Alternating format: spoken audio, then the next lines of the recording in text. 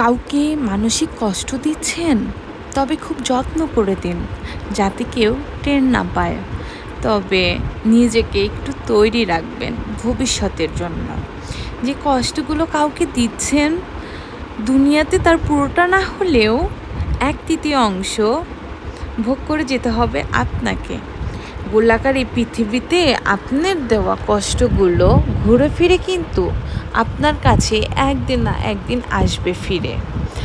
আপনি নিজেই তার অনুশোচনায় ভুগতে ভুগতে একটা সময় শেষ করে দেবেন নিজেকে, যা হয়তো আপনার সোকল্ড ইগোর জন্য ওই মানুষটার কাছে ক্ষমা চাইতে পারবেন না। আমাদের সবার মনে রাখা উচিত, মানুষের দীর্ঘশ্বাস খুব খারাপ হয়।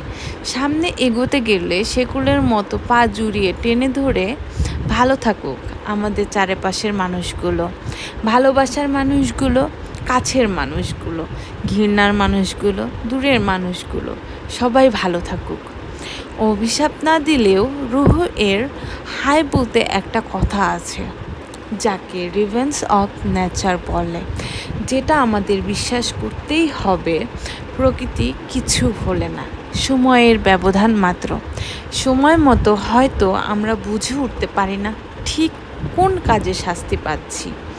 কাউকে কষ্ট দিয়ে, অপমান করে, কাউকে কথা দিয়ে, কাউকে কাঁদিয়ে বেমালুম ভুলে যাই আমরা। কিন্তু মনে রাখবেন, প্রকৃতি কখনোই ভোলে না, প্রকৃতি কখনোই ক্ষমা করে না। প্রত্যেকটা মানুষ তার খারাপ কাজের শাস্তি কিছুটা হলেও এ দুনিয়াতে ভোগ করে, কদিন আগে কিংবা কদিন পরে, কিন্তু সে শাস্তি পাবেই। এমনকি এই মুহূর্তে আপনি যার সাথে ইচ্ছাকৃত অন্যায় করে নিজেকে জয় ভেবে বেশ ফুরফুরে মেজাজে আছেন, মনে আনন্দে ঘুরে বেড়াচ্ছেন, অপর পাশে সেই মানুষটা হয়তো প্রতিবাদ করবে না, কিন্তু তার নীরব কষ্ট থেকে আসা দীর্ঘশ্বাস আপনার সাথে বোঝাপড়াটা সময় মতো করে নেবে। সময়ের প্রতিশোধ নীরবে আসে। সময় কখনো ঘোষণা দেয় না, কিন্তু এসে সব হিসাব মিটিয়ে যায় সময় মতো। যারা আপনার কষ্টে হাসতো, আপনার দুর্বলতাকে তুচ্ছ করত, একদিন তাদের একই অবস্থায় দাঁড় করিয়ে যায়। সময় কখনো রাগে না, শুধু ন্যায় বিচারের মতো কাজ করে।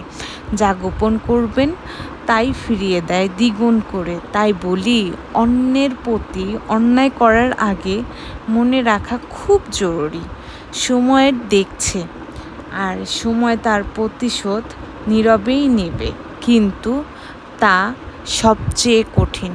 উপরওয়ালা কারো একার নয়, উপরওয়ালা সবার।